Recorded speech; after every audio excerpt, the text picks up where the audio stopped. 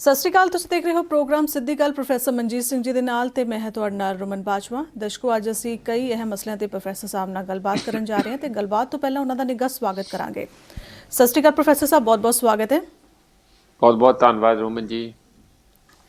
Professor ਸਾਹਿਬ, ਖਬਰਾਂ ਦੀ ਸ਼ੁਰੂਆਤ ਅਸੀਂ ਕਰੀਏ ਤਾਂ ਕੱਲ ਬਰਨਾਲਾ ਵਿੱਚ ਰੈਲੀ ਵਿੱਚ ਲਾਮਿਸਾਲ ਇਕੱਠ ਦੇਖਣ ਨੂੰ ਮਿਲਿਆ। ਹਜ਼ਾਰਾਂ ਦੀ ਗਿਣਤੀ ਵਿੱਚ ਔਰਤਾਂ, ਨੌਜਵਾਨ, ਬੱਚੇ, ਬਜ਼ੁਰਗ ਸ਼ਾਮਿਲ ਹੋਏ ਤੇ ਇਸ ਦੌਰਾਨ ਸਬਰ ਤੇ ਸੰਤੋਖ ਨਾਲ ਸੰਘਰਸ਼ ਜਿੱਤਣ ਦਾ ਅਹਿਦ ਲਿਆ ਗਿਆ।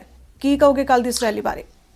ਹਾਂ, ਬਿਲਕੁਲ ਠੀਕ ਹੈਗਾ। ਸਾਰੇ ਵੱਡੇ ਲੀਡਰ ਜਿਹੜੇ ਪੰਜਾਬ ਦੇ ਆ ਉੱਥੇ ਪਹੁੰਚੇ ਹੋਏ ਸੀਗੇ। ਕੁਛ ਨੂੰ ਪਿੱਛੇ ਮੋਰਚਾ ਸੰਭਾਲਣ ਲਈ ਛੱਡ ਕੇ ਆਏ, ਕੁਛ ਇੱਥੇ ਜਿਹੜੇ ਚਿਹਰੇ ਇਸ ਵੇਲੇ ਮੂਵਮੈਂਟ ਦੇ ਸਾਫ਼-ਸਾਫ਼ ਨਜ਼ਰ ਆ ਰਹੇ ਆ ਉਹ ਸਾਰੇ ਪਹੁੰਚੇ ਹੋਏ ਸੀ।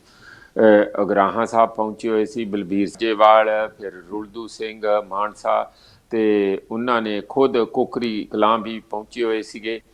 ਤਾਂ ਸੁਖਦੇਵ ਸਿੰਘ, ਉਹਨਾਂ ਸਾਰਿਆਂ ਨੇ ਜੋ ਆਪਣੀਆਂ ਸੁਨੇਹਾ ਦਿੱਤਾ ਉਹ ਤੇ ਸਾਫ਼-ਸਾਫ਼ ਸੀਗਾ ਕਿ ਜਿਸ ਤਰੀਕੇ ਨਾਲ ਹੁਣ ਵਾਲੀ ਸਰਕਾਰ ਸਾਡੇ ਸੰਘਰਸ਼ ਨੂੰ ਦਮਨਕਾਰੀ ਨੀਤੀਆਂ ਦੇ ਨਾਲ ਦਬਾਉਣਾ ਚਾਹੁੰਦੀ ਆ ਉਹ ਭੁੱਲ ਜਾਏ। ਇਹ ਪੰਜਾਬੀ ਹੈਗੇ ਆ, ਇਹ ਕਿਸਾਨ ਹੈਗੇ ਆ, ਇਹ ਸਮੁੱਚਾ ਮਜ਼ਦੂਰ ਵਰਗ ਹੈ, ਇਹ ਔਰਤਾਂ। ਜੇ ਤੁਸੀਂ ਇਹਨਾਂ ਨੂੰ ਕਿਸੇ ਵੀ ਤਰੀਕੇ ਨਾਲ ਦਮਨਕਾਰੀ ਨੀਤੀਆਂ ਦੇ ਨਾਲ ਦਬਾਉਣਾ ਚਾਹੋਗੇ ਤਾਂ ਮੰਨ ਲਓ ਕਿ ਇਹ ਹੋਰ ਸਗੋਂ ਗੇਂਦ ਵਾਂਗੂ ਉੱਪਰ ਉੱਠਣਗੇ। ਇਹੋ ਜਿਹਾ ਉਹਨਾਂ ਦੇ ਲੈਕਚਰਾਂ ਦੀ ਸਾਰਾਂਸ਼ ਸੀਗੀ ਜੀ। ਇਹ ਸਭ ਤੋਂ ਵੱਡੀ ਜਿਹੜੀ ਖਾਸੀਅਤ ਇਸ ਰੈਲੀ ਦੀ ਸੀਗੀ, ਇੱਕ ਇਕੱਠ ਤੇ ਵਿਸ਼ਾਲ ਸਮੁੰਦਰ ਵਾਂਗੂ ਸੀਗਾ। ਝੰਡਿਆਂ ਦੀ ਬੜੀ ਤਕੜੀ ਭਰਮਾਰ ਸੀਗੀ, ਪਰ ਨਾਲ ਹੀ ਇਹਦੇ ਵਿੱਚ ਇਹ ਵੀ ਸੀਗਾ ਕਿ ਬਹੁਤ ਵੱਡੀ ਗਿਣਤੀ 'ਚ ਔਰਤਾਂ ਸ਼ਾਮਲ ਹੋਈਆਂ। ਇਹ ਪੰਜਾਬ ਦੇ ਵਿੱਚ ਕਿਸਾਨ ਮੂਵਮੈਂਟ ਨੇ ਇੱਕ ਨਵਾਂ ਆਭਾਰ ਲੈ ਕੇ ਆਂਦਾ ਕਿ ਜਿਹਦੇ ਵਿੱਚ ਔਰਤਾਂ ਵੀ, ਜਿਨ੍ਹਾਂ ਨੂੰ ਘਰਾਂ ਤੱਕ ਸੀਮਤ ਰੱਖਿਆ ਜਾਂਦਾ ਸੀ, ਚੁੱਲ੍ਹੇ ਦੇ ਤੱਕ ਹੀ ਸੀਮਤ ਸੀਗੀਆਂ, ਉਹ ਆ ਕੇ ਰਾਜਨੀਤਿਕ ਚੇਤਨਾ ਦੇ ਵਿੱਚ ਵੀ ਰਾਜਨੀਤਿਕ ਇਸ ਵੱਡੀ ਮੁਹਿੰਮ 'ਚ ਵੀ ਸ਼ਾਮਲ ਹੋ ਰਹੀਆਂ। ਕਿਉਂਕਿ ਇਹ ਬਚਾਅ ਦੀ ਲੜਾਈ ਆ, ਕਿਉਂਕਿ ਇਹ ਹੋਂਦ ਦੀ ਲੜਾਈ ਆ, ਕਿਉਂਕਿ ਪਿੰਡ ਬਚਾਉਣ ਦੀ ਲੜਾਈ ਆ, ਕਿਉਂਕਿ ਇਹ ਜ਼ਮੀਨ ਦੀ ਲੜਾਈ ਆ, ਕਿਉਂਕਿ ਇਹ ਹਰ ਮਜ਼ਦੂਰ ਦੀ ਜਿਸ ਦਾ ਭਵਿੱਖ ਕਿਸੇ ਵੀ ਤਰੀਕੇ ਦੇ ਨਾਲ ਮਜ਼ਦੂਰੀ ਤੇ ਜੁੜਿਆ ਤੇ ਉਹ ਮਹਿੰਗਾਈ ਦੀ ਮਾਰ ਤੋਂ ਬਚਣ ਦੀ ਵੀ ਲੜਾਈ ਹੈਗੀ। ਇਸ ਕਰਕੇ ਜਿੰਨੀਆਂ ਵੀ ਰੈਲੀਆਂ ਹੋਈਆਂ ਉਹਦੇ 'ਚੋਂ ਮੈਨੂੰ ਲੱਗਦਾ ਕਿ ਇਹ ਬਹੁਤ ਹੀ ਪ੍ਰਭਾਵਸ਼ਾਲੀ ਬਰਨਾਲੇ ਵਾਲੀ ਇੱਕ ਇਤਿਹਾਸਿਕ ਰੈਲੀ ਸੀ। ਇਸੇ ਤਰੀਕੇ ਨਾਲ ਰਾਜੇਵਾਲ ਸਾਹਿਬ ਨੇ ਵੀ ਉੱਥੇ ਰੈਲੀ ਦੇ ਵਿੱਚ ਕਿਹਾ ਕਿ ਜਿਸ ਢੰਗ ਦੇ ਨਾਲ ਸਾਨੂੰ ਦਮਨਕਾਰੀ ਨੀਤੀਆਂ ਦੇ ਨਾਲ ਦਬਾਉਣ ਦੀ ਕੋਸ਼ਿਸ਼ ਕੀਤੀ ਜਾ ਰਹੀ ਆ ਔਰ ਕਦੀ ਸਾਨੂੰ ਪਰਜੀਵੀ ਕਿਹਾ ਜਾਂਦਾ, ਕਦੀ ਕੁਛ ਕਿਹਾ ਜਾਂਦਾ। ਅਸਲ ਮਾਨਿਆਂ 'ਚ ਜਿਹੜੇ ਪਰਜੀਵੀ ਆ ਉਹ ਦਿੱਲੀ ਬੈਠੇ ਆ, ਅਸੀਂ ਤੇ ਲੋਕ ਜੀਵੀ ਹੈਗੇ ਆ ਕਿ ਲੋਕਾਂ ਦੇ ਨਾਲ ਰਹਿ ਕੇ, ਲੋਕਾਂ ਦੇ ਵਿੱਚ ਕੰਮ ਕਰਕੇ, ਹੱਥਲੀ ਮਿਹਨਤ ਕਰਕੇ ਆਪਣਾ ਗੁਜ਼ਾਰਾ ਕਰਦੇ ਆ ਤੇ ਦੇਸ਼ ਦਾ ਢਿੱਡ ਪਾਲਦੇ ਹੈਗੇ ਆ। ਤੇ ਜਿਹੜੇ ਸੱਤਾ ਜੀਵੀ ਹੈਗੇ, ਜਿਹੜੇ ਸਾਨੂੰ ਪਰਜੀਵੀ ਕਹਿੰਦੇ ਆ, ਉਹ ਦੂਜਿਆਂ ਦੇ ਖੂਨ ਤੇ ਕਮਾਈ ਤੇ ਧਨ ਦੌਲਤ ਤੇ ਪਲਦੇ ਆ। ਕਦੀ ਬੈਂਕਾਂ ਰਾਹੀਂ ਲੁੱਟ ਰਹੇ ਆ, ਕਦੀ ਸਿੱਧਾ ਲੁੱਟ ਰਹੇ ਆ, ਕਦੀ ਟੈਕਸ ਲਾ ਰਹੇ ਆ, ਕਦੀ ਪੈਟਰੋਲ ਦੀਆਂ ਕੀਮਤਾਂ ਵਧਾ ਰਹੇ ਆ, 3.5 ਲੱਖ ਕਰੋੜ ਰੁਪਈਆ ਖਾ ਜਾਂਦੇ ਆ ਲੋਕਾਂ ਦੀਆਂ ਜੇਬਾਂ ਕੱਟ ਕੇ।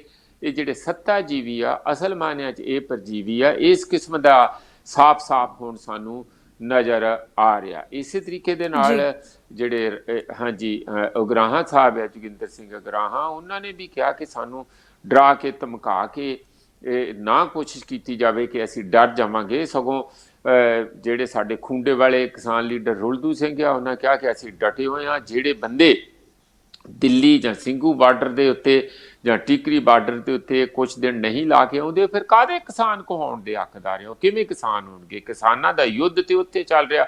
ਯੁੱਧ ਦੇ ਵਿੱਚ ਜਿਨ੍ਹਾਂ ਨੇ ਅੱਜ 4 ਤਲਵਾਰਾਂ, ਤਲਵਾਰ ਦਾ ਮਤਲਬ ਇਹ ਨਹੀਂ ਕਿ ਤਲਵਾਰ ਚਲਾਉਣੀ ਆ, ਮਤਲਬ ਆਪਣਾ ਯੋਗਦਾਨ ਜੇ ਨਾ ਪਾਇਆ ਤਾਂ ਫਿਰ ਸਮਝੋ ਕਿ ਉਹ ਕਾਹਦੇ ਕਿਸਾਨ ਨੂੰ ਕੱਲ੍ਹ ਕਿਵੇਂ ਕਹਿਣਗੇ, ਕੱਲ੍ਹ ਨੂੰ ਆਪਣੇ ਬੱਚਿਆਂ ਨੂੰ ਕਿਵੇਂ ਦੱਸਣਗੇ ਕਿ ਉਹ ਵੀ ਕਿਸਾਨ ਸੀਗੇ। ਜਿਹੜਾ ਵੀ ਕਿਸਾਨ ਆ ਉਹ ਇਸ ਵੇਲੇ ਯੁੱਧ ਦੇ ਮੋਰਚੇ ਤੇ ਹੋਣਾ ਚਾਹੀਦਾ। ਉਹਦਾ ਰੂਪ ਕੋਈ ਵੀ ਹੋਵੇ, ਭਾਵੇਂ ਕੋਈ ਲੰਗਰ ਲਾਵੇ, ਭਾਵੇਂ ਕੋਈ ਕਿਤਾਬਾਂ ਦੀ ਸੇਵਾ ਕਰੇ, ਭਾਵੇਂ ਕੋਈ ਮੈਡੀਕਲ ਸੇਵਾ ਕਰੇ, ਭਾਵੇਂ ਕੋਈ ਟਰਾਂਸਪੋਰਟ ਦੇਵੇ, ਭਾਵੇਂ ਕੋਈ ਫੰਡ ਹੀ ਦੇਵੇ ਜਾ ਕੇ।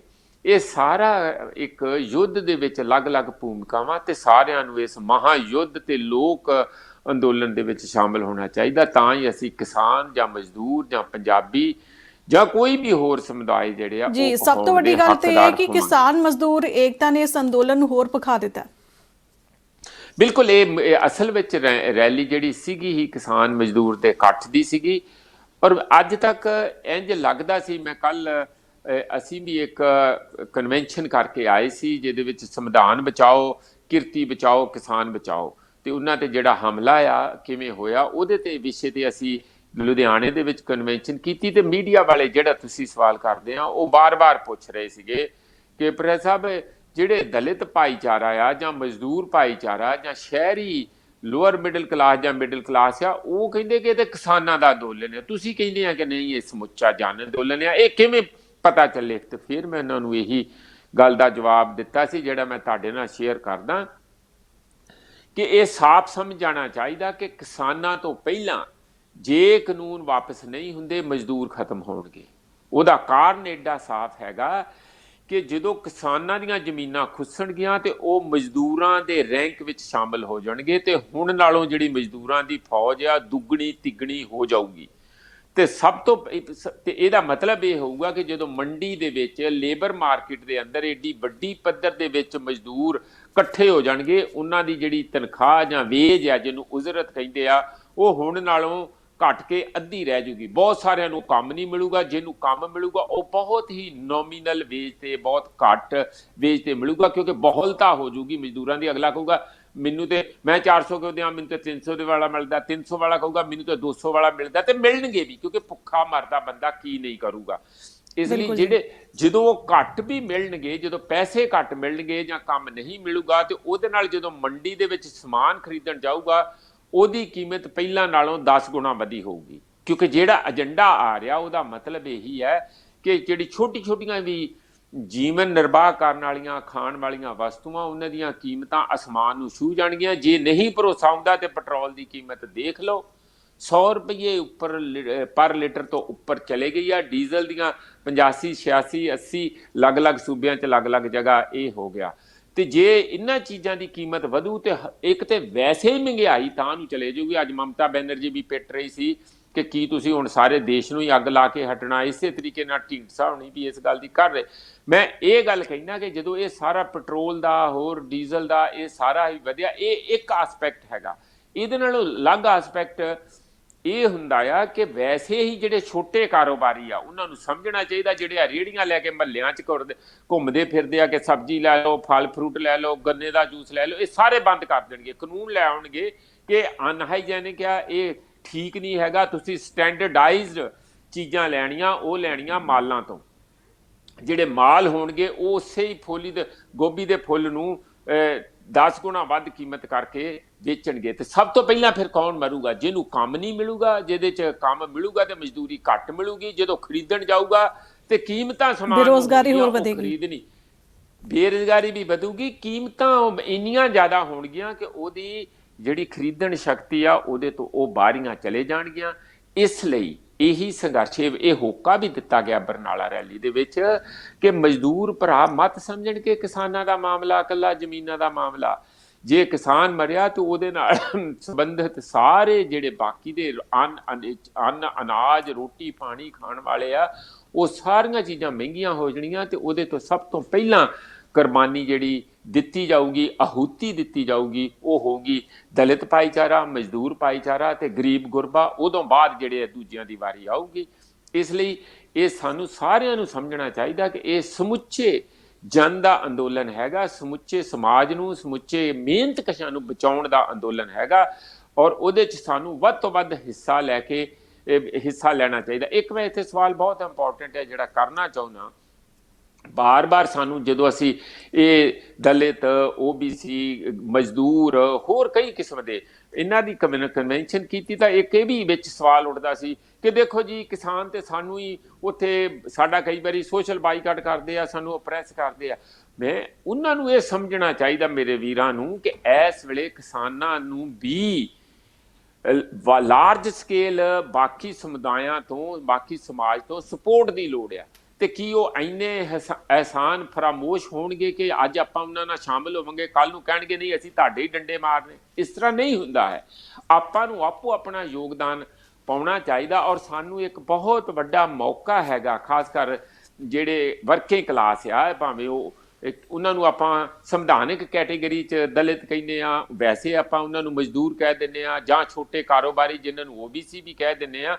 ਉਹਨਾਂ ਨੂੰ ਇਹ ਜਿਹੜਾ ਗੈਪ ਜਾਂ ਪਾੜਾ ਪਿਆ ਰਹਿੰਦਾ ਆ ਜ਼ਮੀਨ ਓਨਰ ਦਾ ਜਾਂ ਕਿਸਾਨ ਦਾ ਜਾਂ ਫਾਰਮਰ ਦਾ ਇੱਕ ਪਾਸੇ ਤੇ ਦੂਜੇ ਪਾਸੇ ਮਜ਼ਦੂਰਾਂ ਦਾ, ਉਹ ਪਾੜੇ ਨੂੰ ਪੂਰਨ ਦਾ ਉਹਨੂੰ ਖਤਮ ਕਰਨ ਦਾ ਇਹ ਬਹੁਤ ਸੋਹਣਾ ਸੁਨਹਿਰੀ ਮੌਕਾ। ਸਾਰਿਆਂ ਨੂੰ ਕੁੱਦ ਕੇ ਆਪਣੀ ਸ਼ਕਤੀ ਨੂੰ ਵਧਾਉਣਾ ਚਾਹੀਦਾ, ਤੇ ਜਿਹੜਾ ਸਾਂਝਾ ਦੁਸ਼ਮਣ ਬੜਾ ਸਾਫ਼ ਨਜ਼ਰ ਆ ਰਿਹਾ, ਕੁਝ ਚੰਦ ਕਾਰਪੋਰੇਟ ਜਿਨ੍ਹਾਂ ਦੇ ਬੁਲਾਰੇ ਤੇ ਧੂਤੇ ਹੈਗੇ ਮੋਦੀ ਜੀ ਤੇ ਅਮਿਤ ਸ਼ਾਹ ਜੀ, ਉਹਨਾਂ ਦਾ ਜਵਾਬ ਜਿਹੜਾ ਤਿਆਰ ਕਰਨਾ ਚਾਹੀਦਾ। ਜੇ ਕਿਸਾਨ ਮਜ਼ਦੂਰ ਬਚੂ, ਕਿਰਤੀ ਕਿਸਾਨ ਬਚੂ, ਅਸੀਂ ਵੀ ਕਿਰਤੀ ਕਿਸਾਨ ਪੰਚਾਇਤ ਕੀਤੀ ਸੀ ਜਿਹਦਾ ਨਾਂ ਰੱਖਿਆ ਸੀ, ਔਰ ਜੇ ਕਿਸਾਨ ਬਚੂ ਜਾਂ ਮਜ਼ਦੂਰ ਬਚੂ ਤਾਂ ਹੀ ਇਹ ਦੇਸ਼ ਬਚੂਗਾ, ਤਾਂ ਹੀ ਸਾਡਾ ਜਿਹੜਾ ਬਾਰਡਰ ਵੀ ਆ ਸੁਰੱਖਿਅਤ ਹੋਣਗੇ। ਕਿੱਥੋਂ ਦਓਗੇ ਤੁਸੀਂ ਅਨਾਜ ਆਰਮੀ ਨੂੰ ਵੀ, ਹੋਰਨਾਂ ਨੂੰ ਕਿੱਥੋਂ? ਇਸ ਲਈ ਇਹ ਜਿਹੜੀ ਜਦੋਜਹਿਦ ਚੱਲ ਰਹੀ ਹੈ, ਬਰਨਾਲਾ ਰੈਲੀ ਵਿੱਚ ਵੀ ਸਾਫ਼-ਸਾਫ਼ ਮੈਸੇਜ ਗਿਆ ਕਿ ਅਸੀਂ ਆਪਣੀਆਂ ਤਿਆਰੀਆਂ ਲੰਮੀਆਂ ਲੈ ਕੇ ਬੈਠੇ ਹਾਂ। ਅਸੀਂ ਕੋਈ ਕਾਹਲ 'ਚ ਨਹੀਂ ਹੈ ਕਿ ਕੱਲ੍ਹ ਨੂੰ ਹੀ ਫੈਸਲਾ ਹੋ ਜੇ। ਸਰਕਾਰ ਆਪਣਾ ਦੇਖੇ ਕਿ ਉਹਦੇ 'ਚ ਕਿੰਨਾ ਕੁ ਦਮ ਆ ਸਾਡੇ ਨਾਲ ਮੁਕਾਬਲਾ ਕਰਨ ਲਈ। ਜੇ ਨਹੀਂ ਦਮ ਤੇ ਸਰੈਂਡਰ ਕਰ ਜੇ, ਨਹੀਂ ਤੇ ਅਸੀਂ ਤੇ ਬੈਠੇ ਹਾਂ। ਉਹਨਾਂ ਨੇ ਕੱਲ੍ਹ ਨੂੰ ਪਗੜੀ ਸੰਭਾਲ ਹੋਏ ਜੱਟਾ, ਜਿਹੜਾ ਭਗਤ ਸਿੰਘ ਦੇ ਚਾਚਾ 1906-7 ਦੇ ਵਿੱਚ ਮੂਵਮੈਂਟ ਚਲਾਈ ਗਈ ਸੀਗੀ, ਚਾਚਾ ਉਹਨਾਂ ਦੇ ਅਜੀਤ ਸਿੰਘ ਵੱਲੋਂ ਪਗੜੀ ਸੰਭਾਲ ਹੋਏ, ਉਹ 9 ਮਹੀਨੇ ਚੱਲੀ ਸੀਗੀ। ਉਸੇ ਰੂਪ ਦੇ ਵਿੱਚ ਕੱਲ੍ਹ ਨੂੰ ਉਹਨਾਂ ਦੀ ਬਰਸੀ ਮਨਾਈ ਜਾਊਗੀ। ਪਰਸੋਂ ਨੂੰ ਫਿਰ ਇੱਕ ਹਾਂਜੀ, ਇਸ ਤਰੀਕੇ ਨਾਲ ਉਹਨਾਂ ਨੇ ਪੂਰੇ ਦਿਨਾਂ ਦਾ ਕੰਮ ਲੀਕ ਦਿੱਤਾ। 26 ਤਰੀਕ ਨੂੰ ਨੌਜਵਾਨਾਂ ਦਾ ਦਿਨ ਲੀਕ ਦਿੱਤਾ ਆ। 27 ਤਰੀਕ ਨੂੰ ਜਿਹੜਾ ਕਿਰਤੀ ਕਿਸਾਨ ਮਜ਼ਦੂਰ ਦੇ ਸਾਂਝੇ ਏਕੇ ਦਾ ਦਿਵਸ ਮਨਾਇਆ ਜਾਣਾ। ਲੰਬੇ ਪ੍ਰੋਗਰਾਮ ਹੋ ਰਿਹਾ, ਉਦੋਂ ਬਾਅਦ ਜਦੋਂ 28 ਨਿਕਲ ਜਾਊਗੀ ਫਿਰ ਅਗਲਾ ਪ੍ਰੋਗਰਾਮ ਆ ਜਾਊਗਾ। ਇਹ ਲਗਾਤਾਰ ਜਿਹੜਾ ਲੋਕ ਯੱਗ ਔਰ ਲੋਕ ਜਸ਼ਨ, ਏਕੇ ਦਾ ਜਸ਼ਨ ਔਰ ਇੱਕ ਨਵੀਂ ਸੁਤੰਤਰਤਾ ਦੀ ਲੜਾਈ, ਇੱਕ ਆਜ਼ਾਦੀ ਦੀ ਲੜਾਈ, ਭੁੱਖਮਰੀ ਤੋਂ ਆਜ਼ਾਦੀ, ਬੇਰੁਜ਼ਗਾਰੀ ਤੋਂ ਆਜ਼ਾਦੀ, ਅਨਪੜ੍ਹਤਾ ਤੋਂ ਆਜ਼ਾਦੀ, ਗਰੀਬੀ ਤੋਂ ਆਜ਼ਾਦੀ, ਇਹ ਨਵੀਂ ਆਜ਼ਾਦੀ ਦੀ ਜੰਗ ਛਿੜੀ ਹੈ। ਉਹਦੇ ਵਿੱਚ ਰੋਮਨ ਸਭ ਨੂੰ ਵੱਧ ਚੜ੍ਹ ਕੇ ਹਿੱਸਾ ਲੈਣਾ ਚਾਹੀਦਾ। ਅਸਲ ਵਿੱਚ ਆਜ਼ਾਦੀ ਸਾਨੂੰ ਹੁਣ ਮਿਲਣ ਦੀ ਉਮੀਦ ਹੋਈ ਹੈ, 47 'ਚ ਨਹੀਂ ਮਿਲੀ। ਹਾਂਜੀ ਰੋਮਨ। ਪ੍ਰੋਫੈਸਰ ਸਾਹਿਬ, ਸਾਕਾ ਨਨਕਾਣਾ ਸਾਹਿਬ ਸ਼ਤਾਬਦੀ ਸਮਾਗਮ ਕੱਲ੍ਹ ਮਨਾਇਆ ਗਿਆ, ਜਿਸ ਵਿੱਚ ਸਿੱਖ ਸੰਗਤ ਦੇ ਜਥੇ ਨੂੰ ਪਾਕਿਸਤਾਨ ਜਾਣ ਤੋਂ ਰੋਕਣ ਦੀ ਨਿਖੇਧੀ ਕੀਤੀ ਗਈ, ਤੇ ਇਸ ਦੇ ਨਾਲ ਹੀ ਜਥੇਦਾਰ ਸ੍ਰੀ ਅਕਾਲ ਤਖ਼ਤ ਸਾਹਿਬ ਨੇ ਕਿਹਾ ਕਿ ਕੇਂਦਰ ਦੇ ਮਾੜੇ ਰਵੱਈਏ ਨੂੰ ਕਦੇ ਨਹੀਂ ਭੁੱਲਾਂਗੇ। ਬਿਲਕੁਲ ਠੀਕ ਹੈ ਰੋਮਨ, ਕਿਵੇਂ ਭੁੱਲਾਂਗੇ। ਉਹਨਾਂ ਨੇ ਕਿਹਾ ਕਿ ਜਿਹੜਾ ਮਹੰਤ ਨਰੈਣ ਦਾਸ ਨੂੰ ਤੇ ਅਸੀਂ ਕੱਢ ਕੇ ਉੱਥੇ ਹਰਾ ਦਿੱਤਾ ਸੀਗਾ, ਭਾਵੇਂ ਬਹੁਤ ਸਿੰਘਾਂ ਨੂੰ 200 ਤੇ ਕਰੀਬ ਸ਼ਹੀਦੀਆਂ ਦੇਣੀਆਂ ਪਈਆਂ, ਉਦੋਂ ਅਸੀਂ ਉਹਦੀ ਉਸ ਸ਼ਤਾਬਦੀ, ਸ਼ਹੀਦੀ ਸ਼ਤਾਬਦੀ ਦੇ ਨਤਮਸਤਕ ਜਿੱਥੇ ਸ਼ਹੀਦਾਂ ਨੂੰ ਹੋਣ ਲਈ ਮਨਾਉਣਾ ਚਾਹੁੰਦੇ ਸੀ, ਉੱਥੇ ਬੜੀ ਹੈਰਾਨੀ ਦੀ ਗੱਲ ਆ ਕਿ ਸਾਨੂੰ ਨਹੀਂ ਜਾਣ ਦਿੱਤਾ। ਅਕਾਲ ਤਖ਼ਤ ਦੇ ਜਥੇਦਾਰ ਨੇ ਕਿਹਾ ਕਿ ਜਿਵੇਂ ਅਸੀਂ ਇਸ ਜ਼ਾਲਮਾਨਾ ਤਰੀਕਾ, ਸਾਡੇ ਨਾਲ ਧੱਕੇ ਦਾ ਜਿਹੜਾ ਇਸ ਐਪੀਸੋਡ ਨੂੰ ਅਸੀਂ ਯਾਦ ਕਰਦੇ ਹਾਂ, ਨਨਕਾਣਾ ਸਾਹਿਬ ਦੇ ਸਾਕੇ ਨੂੰ ਅਸੀਂ ਯਾਦ ਕਰਦੇ ਹਾਂ, ਉਸੇ ਤਰੀਕੇ ਨਾਲ ਸਰਕਾਰ ਦੇ ਇਸ ਧੱਕੇ ਨੂੰ ਵੀ ਉਸੇ ਬਰਾਬਰ ਤੇ ਰੱਖ ਕੇ ਅਸੀਂ ਯਾਦ ਕਰਾਂਗੇ। ਉਹਨਾਂ ਨੇ ਕਿਹਾ ਕਿ ਅਸੀਂ ਸਾਰੇ ਤਖਤਾਂ ਨੂੰ ਕਹਿ ਦਿੱਤਾ ਆ, ਹਜ਼ੂਰ ਸਾਹਿਬ, ਪਟਨਾ ਸਾਹਿਬ, ਕਿ ਤੁਸੀਂ ਜਾਂ ਹੋਰ ਸਾਰੇ ਜਿਹੜੇ ਆ ਸਿੱਖ ਜਿਹੜੀਆਂ ਸੰਸਥਾਨਾਂ, ਕਿ 1 ਮਹੀਨੇ ਲਈ ਆਪਣੇ ਅਲੱਗ-ਅਲੱਗ ਜਿਹੜੇ ਇਸ ਸਿੱਖ ਸ਼ਹੀਦਾਂ ਨੂੰ ਸ਼ਰਧਾਂਜਲੀ ਦੇਣ ਲਈ ਕੋਈ ਨਾ ਕੋਈ ਕਾਰਵਾਈਆਂ ਕਰਨੀਆਂ, ਭਾਵੇਂ ਉਹ ਸੈਮੀਨਾਰ ਹੋਣ, ਭਾਵੇਂ ਅਖੰਡ ਪਾਠ ਹੋਣ, ਜਾਂ ਹੋਰ ਵੀ ਸਿੱਖ ਪ੍ਰਚਾਰ ਹੋਵੇ, ਅੰਮ੍ਰਿਤ ਪ੍ਰਚਾਰ ਦਾ ਕੋਈ ਪਸਾਰ ਹੋਵੇ। ਇਹ ਸਾਰਾ ਉਹਨਾਂ ਨੇ ਕਿਹਾ ਕਿ ਸਾਨੂੰ ਦੱਸੋ ਕਿ ਕਿਹੜੇ-ਕਿਹੜੇ ਜਗ੍ਹਾ ਤੇ, ਕਿਹੜੇ-ਕਿਹੜੇ ਤਖਤ ਦੇ ਉੱਤੇ ਕੀ ਕੁਛ ਪ੍ਰਚਾਰ ਕੀਤਾ ਗਿਆ, ਤਾਂ ਇਹੀ ਸੱਚੀ ਸ਼ਰਧਾਂਜਲੀ ਉਹਨਾਂ ਸ਼ਹੀਦਾਂ ਨੂੰ ਹੋਊਗੀ ਜਿਨ੍ਹਾਂ ਨੇ ਨਨਕਾਣਾ ਸਾਹਿਬ ਨੂੰ ਅੱਜ ਤੋਂ 100 ਸਾਲ ਪਹਿਲਾਂ ਮਹੰਤ ਨਰੈਣ ਦਾਸ ਤੋਂ ਆਜ਼ਾਦ ਕਰਵਾਇਆ। ਪਰ ਨਾਲ ਹੀ ਦੇਖਣ ਵਾਲੀ ਗੱਲ ਇਹ ਹੈ ਕਿ ਪਾਕਿਸਤਾਨ ਨੂੰ ਅਸੀਂ ਇੱਥੇ ਪਾਣੀ ਪੀ ਕੋਸਦੇ ਹਾਂ ਕਿ ਪਾਕਿਸਤਾਨ ਇੰਨਾ ਮਾੜਾ, ਪਾਕਿਸਤਾਨ ਬਾਲਾਕੋਟ 'ਚ ਅਸੀਂ ਇੰਝ ਕਰਤਾ ਤੇ ਅੰਝ ਕਰ ਦਿੱਤਾ।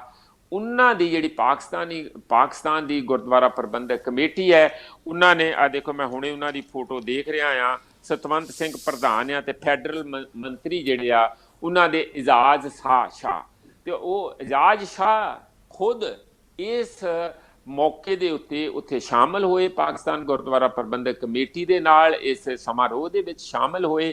ਤੇ ਸਾਡਾ ਜਿਹੜਾ ਉਹਦੇ ਉਲਟ ਅਮਿਤ ਸ਼ਾਹ ਜੀ ਹੈਗੇ ਆ, ਕਿਤੇ ਵੀ ਨਾ ਤੇ ਉਹਨਾਂ ਦੇ ਨਾਲ ਰਲਦਾ ਮਿਲਦਾ ਜਾਂ ਹੋ ਸਕਦਾ ਕਿਤੇ ਜਾਣੀ ਰੂਟ ਇੱਕੋ ਹੀ ਹੋਵੇ।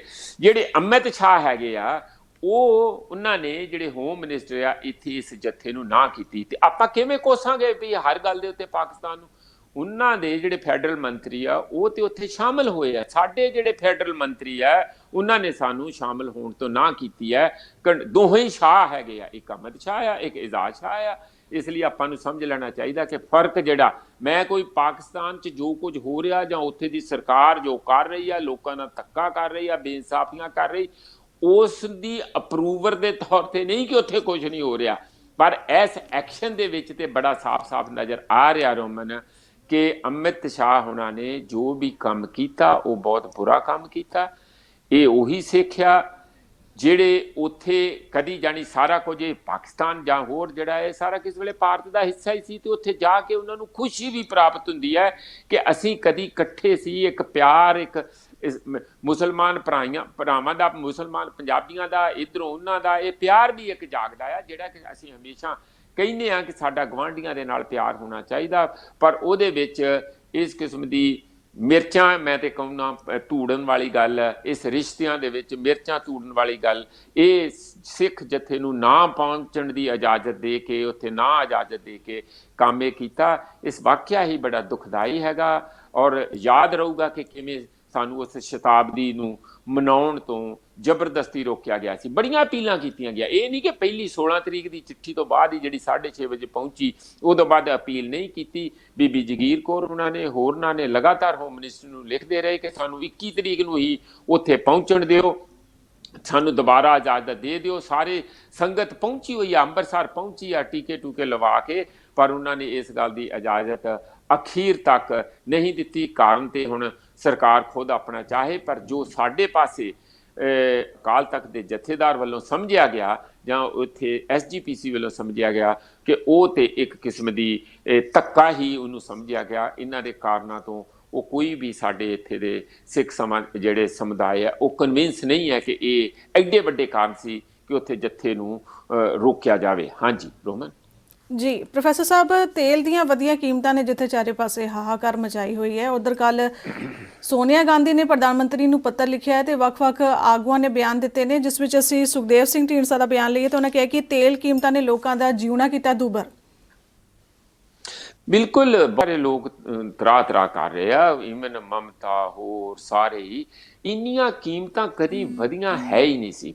पर असल में जिहड़ी हाल दवाई इस गल दी नहीं है कि तेल दीयां कीमतां क्यों वधियां, वो इस गल दी भी है कि इन्नी लुट क्यों मचाई जा रही है कि तुसीं तुहानूं कोई होर तरीका ही नहीं लभा देश नूं लुट्टण दा जां लोकां नूं लुट्टण दा।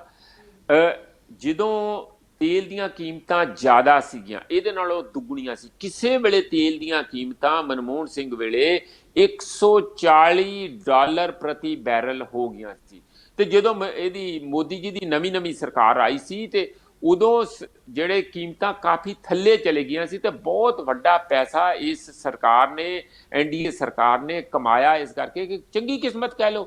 पर इन्होंने उदों वो सारे जिहड़े फायदे मिले सीगे, जिहड़े इंटरनैशनल मार्केट दे विच प्राइसिस डाउन हो के लोकां नूं, कंज्यूमर नूं वो फायदे मिलने चाहिए सी, कीमतां घट्टो घट्ट 25-30% थल्ले आउणियां चाहिदियां सी, वो कदी नहीं कीतियां, ते उपर ही मलाई जिहड़ी है करीम नूं इकट्ठा करके बिल्ली वांगू ये सरकार खाई गई, जां जिहड़े इन्हां दे बाकी रिफाइनरी वाले होणगे वो सारे खाई गए, कंज्यूमर नूं कुछ नहीं मिलिया।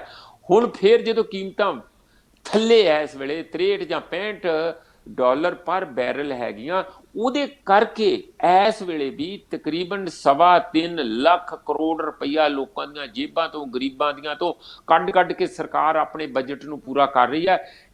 ਉਂਝ ਹੀ मार दिओ कुछ दे के आ जड़ी कोई चूहे वाली दवाई, ये कोई तरीका हैगा आ तुसीं कि तुसीं लोकां दी कॉस्ट ते, कंज्यूमर दी कॉस्ट ते ਇਹਦਾ तेल की कली कीमत नूं तेल ना समझो, उन्हें सारी जनरल महंगाई वधा दिंदी है। मतलब तुहाडीआं सब्जियां, दालां, कपड़े, हर चीज़, क्योंकि ट्रांसपोर्ट महंगी होनी आ, अजे तो देखिया नहीं, अजे तो वधिया ना, तुसीं देखिओ आउण वाले 15 दिनां ते जां महीने तक इहदा असर ऐन सामने आ जाऊगा, ਜਦੋਂ ਸਾਡੇ ਕੋਲ 2 ਡੰਗ ਰੋਟੀ भी खानी औखी हो जूगी। इसे करके मैं कहना कि जिहड़ी हुण वाली सरकार आ वो अजे भी बेशर्मी नाल ये कह रही है कि असी तां सारी चीज़ां मार्केट दे विच खड़ियां कर देणियां।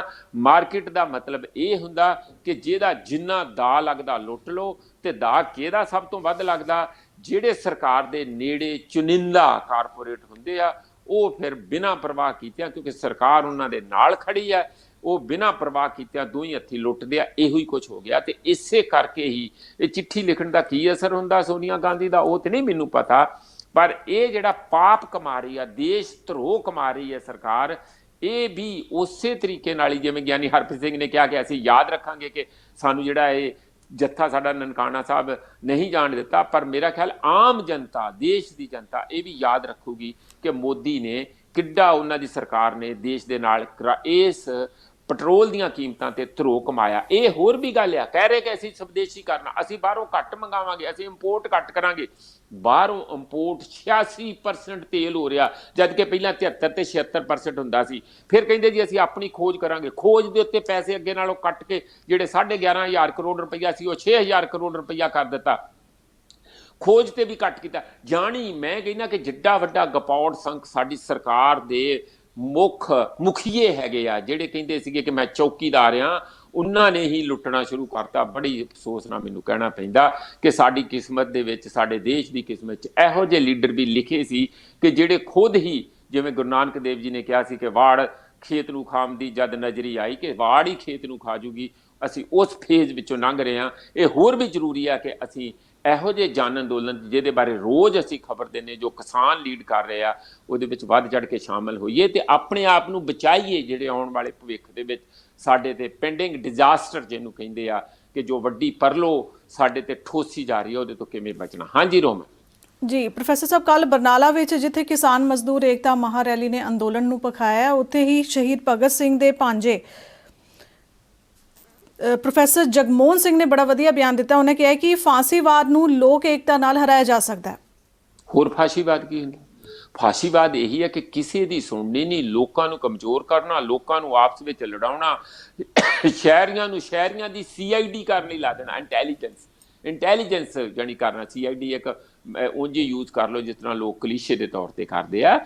ਜਾਣੀ ਪਿੱਛੇ ਜੇ ਹੋਮ ਮਿਨਿਸਟਰੀ ਨੇ ਸਰਕੂਲਰ ਕੱਢਤਾ ਵੀ ਜਿਹੜੇ ਵੀ ਬੰਦੇ ਦੱਸਣਗੇ ਕਿ ਸਾਡੇ ਆਂਢ ਗੁਆਂਢ ਕੀ ਹੋ ਰਿਹਾ, ਕਿ ਉਹ ਕੋਈ ਬੰਦਾ ਕੋਈ ਗਲਤ ਕੰਮ ਤੇ ਨਹੀਂ ਕਰ ਰਿਹਾ ਕਿਸੇ ਵੀ ਕਿਸਮ ਦਾ, ਉਹਨੂੰ ਸਾਨੂੰ ਖਬਰ ਦਿਓ। ਜਾਣੀ ਇੱਕ ਬੰਦੇ ਨੂੰ ਦੂਜੇ ਆਪਣੇ ਹੀ ਗਵਾਂਢੀ ਦੇ ਉੱਤੇ ਇੰਟੈਲੀਜੈਂਸ ਕਰਨ ਲਈ, ਸਪਾਈ ਕਰਨ ਲਈ ਉਸ ਦਾ ਕੰਮ ਸ਼ੁਰੂ ਕਰਵਾਤਾ। ਇਹ ਹੁੰਦਾ ਫਾਸ਼ਿਜ਼ਮ, ਅਸਲੀ ਮਾਇਨਿਆਂ 'ਚ ਫਾਸ਼ਿਜ਼ਮ, ਕਿ ਸਮਾਜ ਨੂੰ ਇੱਕ ਦੂਜੇ ਦੇ ਨਾਲ ਇੰਨਾ ਤੋੜ ਦੇਣਾ, ਲੜਾ ਦੇਣਾ, ਝਗੜੇ ਕਰ ਲਾ ਦੇਣਾ ਤਾਂ ਕਿ ਉਹ ਉੱਪਰ ਕਾਰਪੋਰੇਟਾਂ ਦਾ ਕੁੰਡਾ ਮਜ਼ਬੂਤ ਕਰ ਸਕਣ ਤੇ ਲੋਕਾਂ ਦੀ ਪਿੱਠ ਇੰਨੀ ਟੁੱਟ ਜਾਏ ਕਿ ਉਹ ਬੋਲ ਨਾ ਸਕਣ, ਮਰ ਤੇ ਜਾਣ ਪਰ ਉੱਠ ਕੇ ਆਪਣੀ ਆਵਾਜ਼ ਵਿਰੋਧਤਾ ਦੀ ਨਾ ਸੁਣਾ ਸਕਣ। ਅੱਜ ਵੀ ਜਿਹੜਾ ਬੰਦਾ ਵਿਰੋਧਤਾ ਦੀ ਆਵਾਜ਼ ਰੋਮਨ ਸੁਣਾਉਂਦਾ, ਉਹਨੂੰ ਕਹਿੰਦੇ ਆ ਕਿ ਇਹ ਦੇਸ਼ ਵਿਰੋਧੀ ਹੈ, ਇਹਦੇ ਤੇ ਲਾਓ UAPA, ਇਹਨੂੰ ਫੜਾਓ, NIA ਦੀ ਇਨਵੈਸਟੀਗੇਸ਼ਨ ਕਰਾਓ। ਇਹ ਅੱਜ ਵੀ ਹੋ ਰਿਹਾ, ਕਿਸਾਨਾਂ ਨਾਲ ਵੀ ਹੋ ਰਿਹਾ, ਹੋਰਨਾਂ ਨਾਲ ਵੀ ਹੋ ਰਿਹਾ।